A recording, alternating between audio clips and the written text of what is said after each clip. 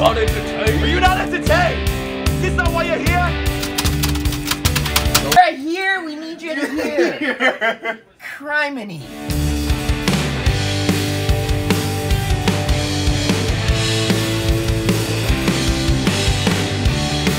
It's time for NTV Sports Central with your hosts, Trey Redfield and Darren Winberg. Oh, hey. I know you. I know you guys. Hey, what's NTV up? Sports Central. We're gang. back after a few weeks off. Yeah. I decided to go 3,800 miles, the Griswold International Family Vacation. That's true. And yes, went up north to Canada, went through 11 states. Yep. And yeah. And then I said, you know what? Let's do another road trip. Big 10 media days with this guy. That's what we did. We're coming back from that right now. So what you're seeing is an impromptu podcast recapping everything we saw yesterday for Nebraska's Day, Big 10 Media Days. Kind of spontaneous of us. That's why. Yeah, we missed you. Let's be real. Yeah, we missed you. All 11 of you. Yeah. I thought we were down to 9 now. We're we probably went- down we- to like 6 we after went our up. 2-week hiatus. Yeah, no, we went up to 11. But anyways, like we got rushed out of Lucas Oil Stadium yesterday. Unfortunately, because it would have been nice. We were planning on doing the pod there. Right. But then we got rushed out. And they basically punted and kicked us out and said, drop bye-bye. kicked us. Yeah. Kicked us. Shout out Doug Flutie. So now Yeah. this is why you see me in a cutoff tee with the jacket and a backwards hat. I normally wear a hat. I didn't. So this is Your hair looks fine. all natural. Your hair looks fine.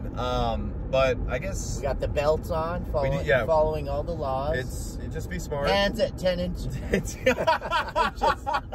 But there was a lot to talk about after Big 10 Media Days, and there always should be, right? 100%. Especially with how this new era has finally arrived. I talked a little bit about it. You'll hear about it on Friday about how there's just so many different factors. Oh yeah. That go into this, and now that like it's here, you think to yourself, it's like, damn, we've arrived in a way. Yeah, it's pretty cool. 4 new teams. I did something on it last night about Nebraska's expectations. Yep. Go to our website, nebraska.tv. But literally, Matt Rule equated this to as the NFL league now. The Big Ten is the NFL league. So it was the NFL of college football. Now, why? Well, you have travel, which is in every league. But you literally have UCLA, Yep. USC, The Huskers play this year. Washington, yes, The Huskers play this Washington, and Oregon, and then, oh wait, we have Maryland?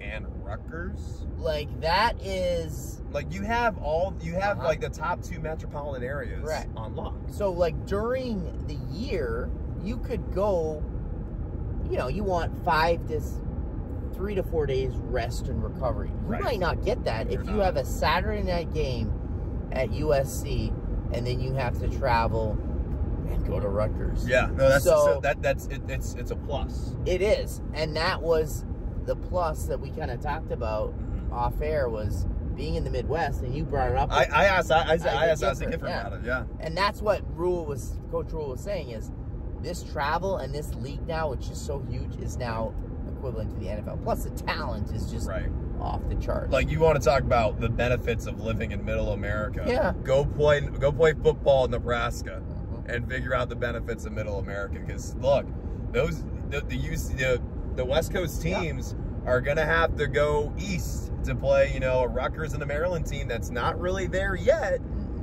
But the fact that there was so much travel involved, and the fact that they're student athletes as well, these kids are students too. Students first. Students and then first, athletes. which is crazy, knowing that. Well, 1% of college athletes go pro in their sport. Yeah. So 99% of these cats, guys, girls, whatever sport you're doing, They got to battle jet lag and play football. yes, and At then least for worry football. about COM 353 law studies or Com whatever. law. I took com law. So did I. I got a B in com law, and that is why I'm now here. I got an Graduated A, with news. and Fletch is now a legal writer. Oh, that's So right. let's just say I may or may not have found the right study partner. But no, but for real though, like travel was one of the issues that was one of the, not really an issue, a talking point. I think the fact that the players like being in the Big Ten, like the guys that I talked to, a couple of guys from USC, a couple of folks from Iowa saying like, they were saying it's good for college football. Isaac was saying that it was a little weird, but like it's something cool. It's a new element to the game because, hey, look, it's probably going to be Oregon, Ohio State in the Big Ten championship game. Yeah. But those are the two best teams in college football, and more it's likely like than not. that Big Ten championship game could be the Natty. Yeah. Like, that's what's kind of cool. Right. Also, I was talking to Ty Robinson. Ty Robinson, yeah. I was like, it's got to be kind of like daunting and cool. Like, you are literally going to be part of the first new era Big Ten. Yeah. It's like, it's like a cool moment. It's something to be a part. It's something cool to be a part of. Like when UCLA and USC, like, in a conference game, that's unheard of. That's unheard of. Like, just epic, actually. I love it. I think it's great. I asked Isaac too. I was like, so is the Coliseum gonna be filled with scarlet and cream? He's like, I sure hope so. Oh, There's a good chance. 100%. And Matt Rule said that too. And that so there was a long answer of when he was like, where he basically just put his foot down and defended the Big Ten as a whole. Said that there should be 4 college football playoff teams that are from the Big Ten. He called the Big Ten the NFL of college football. And I guess if that's the case, then maybe let's have the Super Bowl. Let's have our Super Bowl in Indy, which is basically what it is for the Big Ten championship, right? He said that. He mentioned all the different time zones. And then he talked about as well as how the Big Ten is the only conference where teams are going to have to go on the road 5 times. It's just crazy in itself. And then he said Nebraska is like, we get to play in the big games. One of those big games is we get to play in the Coliseum. Like, who can say that they're going to play at the LA Coliseum and then also, like, go east and play Rutgers at the same time? Well, and in New Jersey. Like, those would be non-con games. Happen. They're now conference games. Right. You wouldn't even schedule those in your non-con. No. And now it's like, oh, by the way, they're now it's like, now now it's like a part of you is like, damn, we got to go travel and like go all these distances. Insane. But it's like, look, it's good for our brand. If there's a spot to be in for Nebraska, knowing football is the college sport, we're at a point in time, way back yonder, it was basketball. Obviously, so much more different. With football, this is the right place to be in. Nebraska's in a safe position to where they can grow their brand and grow themselves. Because as much as, like, look, the Big 12 is great, but something about me just thinks that the Huskers can get so much out of being in the Big Ten now, knowing how many more big names are in this conference. I agree. Yeah, the Big Talk, like, love the Big 12, and I think they would succeed in the Big 12, maybe do a little bit better, but it's like, for the benefit of everybody, knowing Nebraska's already won 5 conference championships last year in this same conference. Yeah, and I would just, to put a bow on this, it's expansion talk is big, and people might see the negative, but I think you and I are full bore, along with the players and coaches. This is positive, and everyone's confident. Yeah, revenue sharing, money, all that's going to do is go back to the conference. And Coach Rule talked about it in his podium presser on the side that, Nebraska's where it's at right now. It's great. 1890 is doing well. But when you're talking Oregon, Dan Lanning, SEC, that money, it's not even close. That giant Oregon inflatable duck that they had on Tuesday for Big Ten Media Days, that giant Oregon inflatable duck is going to show up on the Lakeside Stadium when they play Northwestern. Because Northwestern is a new stadium, and it's Lakeside, so that giant inflatable duck is going to be completely, it's a different ball game. But I think this is good. It's all good news around. It should be. Another little caveat, we talked about it. Carter Nelson, freshman stud, top tight end in Nebraska, is actually going to be playing wide receiver. Carter Nelson, people don't even ask me about him, but I could talk about him all day. So, yeah, we're playing Carter as a receiver. Our thought process was instead of making him a tight end that could split out, we'd start him as a receiver who could come in and block. So he could be, like, he kind of fits in that Janirin Bonner, like, positionless player. But it's easier to get on the field at receiver sometimes than it is to get on the field at tight end, just learning. So because he wasn't here in the spring, we're going to put him at receiver. The other thing I told him when I recruited him, I said, hey, we're going to create a special position for you. And I'm proud that we did that. We followed through on that because he's a difference maker. Carter Nelson, already, as a tight end, undersized, I feel like, in a way. He looks like a freaking giant when he was playing 8-man football against all these Class C players. And that's no disrespect to anybody else, just Carter Nelson is a freak of nature. And when you have a guy that's as mobile and can move as much as he can, like, and it's just in the other sports we've seen, and that the other sports prove that. Yeah. Like in basketball, the dunks that he had in track when he what did he win? Long jump and triple jump? Yeah. Like that proves to me that moving him to wide receiver and being like that ATH type of position that high school athletes are starting to become and own is the blessing in disguise that we need to see here for a guy that is not only has an opportunity to make a great impact, but an opportunity to be one of those guys where it's a local product that's not a Class A spot that stands out so much. That's something that Matt Coatney told me when I did the Jared Craig story. Yeah. There's a sense of appreciation when there's someone different than those like metro schools that pop up. Oh yeah. Carter Nelson has the next chance to be that, and I think it helps that he's going to be a receiver too. Well, and it's going to help. They're going to probably put him in the slot. So who's ever under center, throwing him the pigskin, it's just easy. Get the ball to him. And he's going to make guys miss because of his athleticism.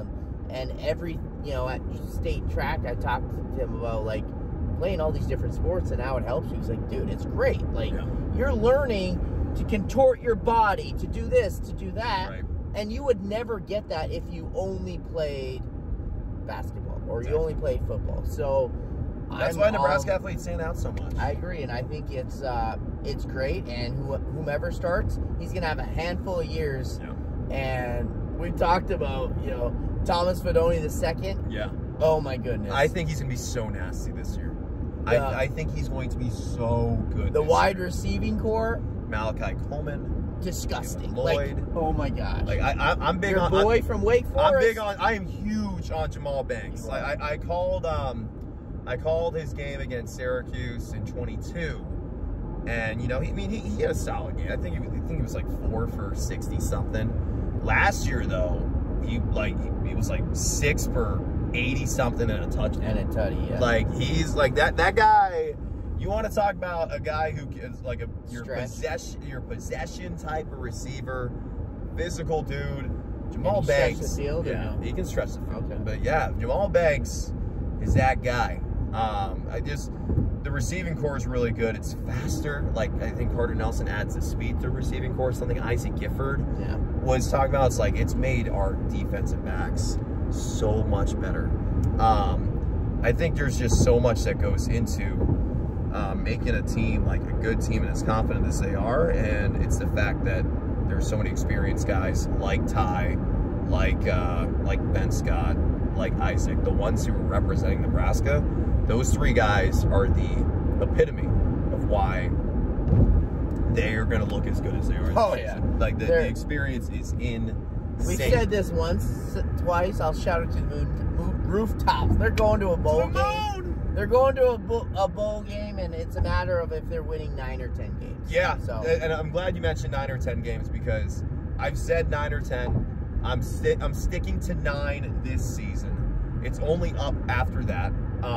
And it's just how it is because, one, we're Nebraska football media and everyone's all about it, right? But there's just something different about this team. And everyone knows a Matt Rule rebuild. Year 2 is when it gets really good. Yep. And in year 3, it's like, oh my God, we're in heaven. Yep. I was talking to Josh Pate yesterday. He does the Late Kick podcast, big on the CBS side, 247, that stuff.